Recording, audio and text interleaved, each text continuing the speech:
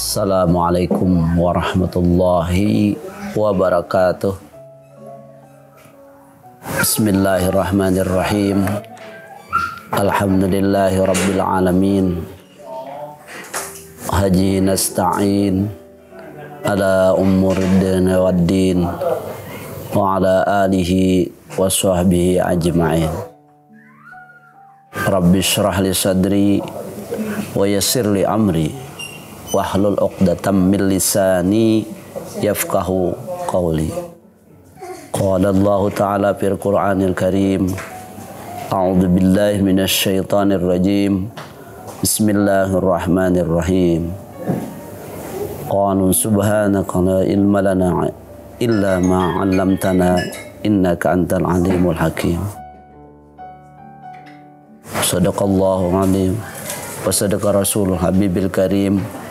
Wa nahnu ala dzalika minasy syahidin wasyakirin walhamdulillahi rabbil alamin. Dalam kesempatan yang berbahagia ini, tak lupa kita sebagai hamba Allah untuk selalu bersyukur kepada Allah. Terutama di bulan yang mulia ini, mari sering-sering kita untuk mengingat kebesaran Allah dan dengan senantiasa dan bersyukur atas segala nikmat yang diberikan. Karena sampai detik ini kita masih menghirup udara Ramadan yang luar biasa. Kemudian juga kita tidak lupa untuk menyampaikan salawat dan salam keharibaan junjungan kita Nabi besar Muhammad sallallahu alaihi wasallam kepada keluarga dan para sahabat serta pengikut setia beliau sampai akhir zaman.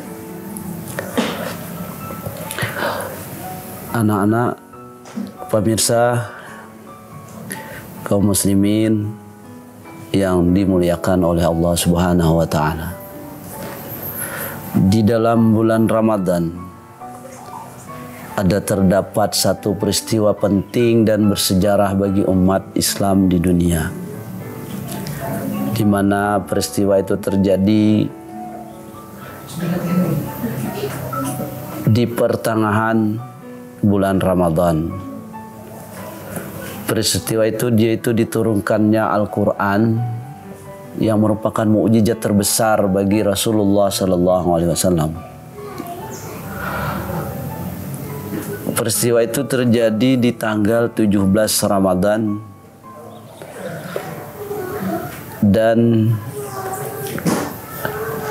di sini telah difirmankan Allah dalam Al-Quran dalam surah Al-Baqarah ayat 185 yang berbunyi, A'udzubillahi minasyaitonir rajim. Bismillahirrahmanirrahim. Syahrul Ramadan alladzi unzila fihi al-Qur'an hudan lin-nasi wa bayyinatin minal huda wal furqan. Al-ayat. Allah menjelaskan bahwa bulan Ramadan adalah bulan yang di dalamnya diturunkan Al-Qur'an sebagai petunjuk bagi manusia dan penjelasan-penjelasan mengenai petunjuk itu serta merupakan pembeda antara yang hak dan yang batil. Para ulama menjelaskan ada dua tahapan Al-Quran diturunkan. Yang pertama, turunnya Al-Quran secara keseluruhan dari Lauh Mahfuz yang ada di langit tingkat yang ketujuh sampai ke langit dunia, atau lebih tepatnya langit pertama yang dinamakan Baitul Izzah. Kemudian tahapan yang berikut secara bertahap dari Baitul Izzah diturunkan Al-Quran kepada Rasulullah dengan berbagai macam cara yang diterima oleh Rasulullah. Nuzulul Quran merupakan peringatan pertama kalinya diturunkannya Al-Quran kepada Nabi Muhammad SAW di Gua Hira. Saat itu Rasulullah dihampiri oleh malaikat Jibril yang menyampaikan surah Al-Alaq. Rasulullah didekap oleh malaikat Jibril dan disuruh mengulang apa yang dibacakan oleh Sayyidina Jibril. Iqra. Rasulullah disuruh mengulang apa yang Sayyidina Jibril bacakan. Kata Rasulullah, ana bikari, aku tidak bisa membaca. Lalu Jibril mengulang sekali lagi, Iqra ya Muhammad, baca ya Muhammad apa yang ku baca. Rasulullah kembali mengatakan, ana bikari, aku tidak bisa membaca. Akhirnya dengan ketiga, Sayyidina Jibril memeluk Rasulullah dan disuruh mengikuti. Iqra bismi rabbikal ladzi khalaq.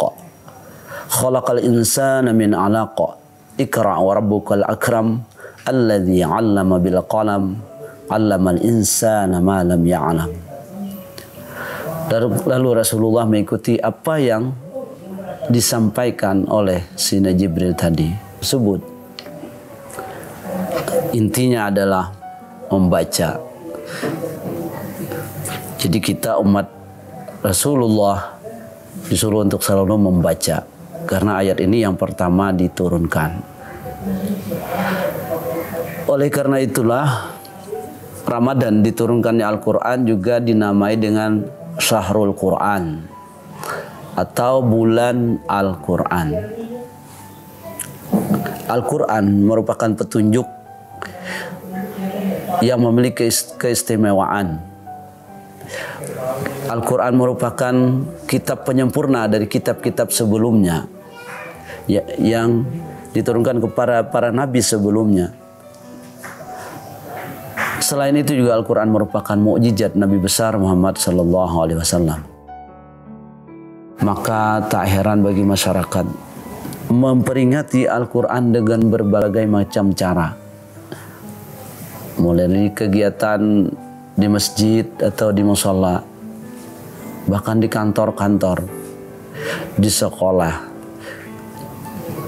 Tujuannya adalah untuk memuliakan Al-Quran, di mana Al-Quran diturunkan di bulan Ramadan dan merupakan mukjizat terbesar bagi Nabi Muhammad SAW. Semua yang dilakukan tadi bertujuan untuk mengingat sejarah turunnya Al-Quran dan menanamkan nilai-nilai keislaman, khususnya kepada generasi Islam, anak-anak generasi yang akan melanjutkan estafet kepemimpinan di masa yang akan datang. Karena dengan berpegang kepada Al-Quran, insya Allah tidak akan pernah sesat selama-lamanya. Kemudian selanjutnya, dalam banyak hal dari antara keistimewaan Al-Quran yang bisa kita dapatkan, ada di antaranya yang bisa kita sampaikan berkesempatan hari ini. Di antaranya, yang pertama, orang yang membaca Al-Quran akan mendapat syafaat di hari kiamat. Hal ini dijelaskan dalam hadis yang diriwayatkan oleh Muslim, bahwa orang yang membaca Al-Quran akan mendapatkan syafaat, tentunya dengan bacaan yang benar dan makharijul huruf yang benar. Seperti sebagaimana sabda Rasulullah sallallahu alaihi wasallam, Iqra'ul Qur'ani fa innahu ya'ti yaumal qiyamah syafi'an li ashabi. Bacalah Al-Quran karena ia akan datang pada hari kiamat memberikan syafaat kepada pembacanya. Oleh karena itu, kita sebagai umat Islam sering-sering, agar selalu sering untuk membaca Al-Quran dalam setiap kesempatan yang Allah berikan, umur panjang, badan sehat, mari kita gunakan untuk itu. Para pemirsa rahimakumullah, anak-anakku yang Bapak banggakan. Keistimewaan yang kedua dari Al-Quran adalah orang yang lancar membaca Al-Quran akan bersama para malaikat. Sebagaimana sabda Rasulullah SAW, Al-mahirru bil Quran ma'asakratil kiram al-barara. Walladhi yaqra'ul Quran wa yatata' fihi wa huwa alaihi saqulahul ajran. Orang yang lancar membaca Al-Quran akan bersama malaikat utusan yang mulia lagi berbakti. Sedangkan orang yang membaca Al-Quran dengan tersendat-sendat lagi berat, maka ia akan mendapatkan 2 pahala. Hadis riwayat Muslim. Jadi berganda-gandalah bagi orang baru belajar terbata-bata membaca Al-Quran, karena pahalanya akan dilipat gandakan, apalagi di bulan Ramadan ini. Kemudian keistimewaan yang ketiga adalah membaca Al-Quran akan memperoleh 10 kebaikan. Sebagaimana sabda Rasulullah, man qara'al harfa min kitabillahi falahu bihi hasanah wal hasanatu bi asyrin amsalha la aqulu alif lam mim harfun walakin alif harfun walam harfun wa mim harfun. Kata Rasulullah, barang siapa membaca 1 huruf dari kitab Allah, maka ia akan mendapatkan 1 kebaikan dengan huruf itu. Dan 1 kebaikan itu akan dilipat gandakan menjadi 10. Aku tidaklah mengatakan alif lam mim itu 1 huruf, tetapi alif 1 huruf, lam 1 huruf, dan mim 1 huruf. Jadi alif lam mim menjadi 3 huruf. Hadis ini diriwayatkan oleh Imam Tirmidzi. Kemudian yang keistimewaan yang keempat yang didapatkan bagi orang yang membaca Al-Quran adalah orang yang membaca Al-Quran diibaratkan seperti buah otrujah yang luarnya wangi dan dalamnya manis. Hal ini telah disampaikan oleh Rasulullah dalam sabda beliau, masalul mu'minin alladhi yaqra'ul Qur'ana kamathali utrujah rihuha tayyibun wa ta'muha tayyib. Perumpamaan orang mukmin yang membaca Al-Quran adalah seperti buah utrujah, aromanya wangi dan rasanya enak. Wa masalul mu'minin alladzina la yaqra'ul Qur'an kamatsalil tamra la rihalaha wa ta'muha hulwa. Orang mukmin yang tidak membaca Al-Quran seperti buah kurma, tidak ada wanginya tetapi rasanya manis. Kemudian dilanjutkan sabda beliau lagi, mau masalul munafikin alladzi yaqra'ul Qur'an masalur raihanah rihuha tayyibun wa ta'muha murun wa masalul munafikin alladzi la yaqra'ul Qur'an kabasil khat jadalatil laisa laha rihu wa ta'muha murra. Orang yang munafik yang membaca Al-Quran adalah seperti tumbuhan raihanah. Aromanya wangi tapi rasanya pahit. Sedangkan orang munafik yang tidak baca Al-Quran adalah seperti tumbuhan hazalah. Tidak ada wanginya dan rasanya pahit. Hadis ini diriwayatkan oleh Imam Bukhari dan Imam Muslim. Dari penjelasan-penjelasan tersebut, keistimewaan Al-Quran itu udah luar biasa. Tinggal bagaimana kepada kita. Muncul pertanyaan, sudah berapa ayat yang telah kita baca?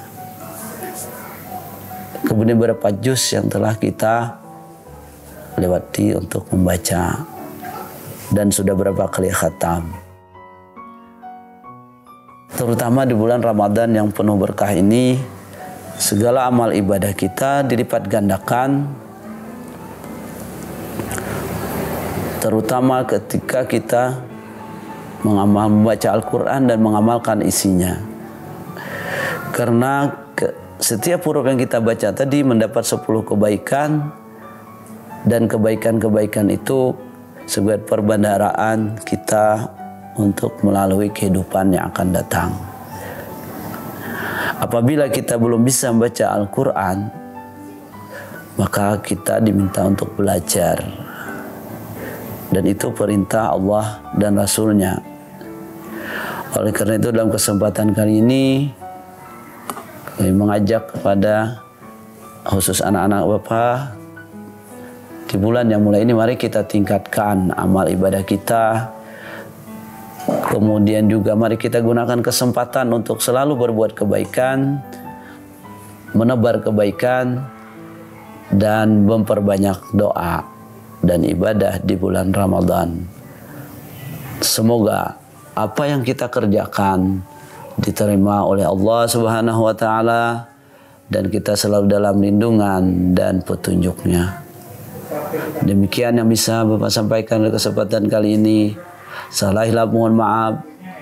Wal'afu minkum ala jamil khata.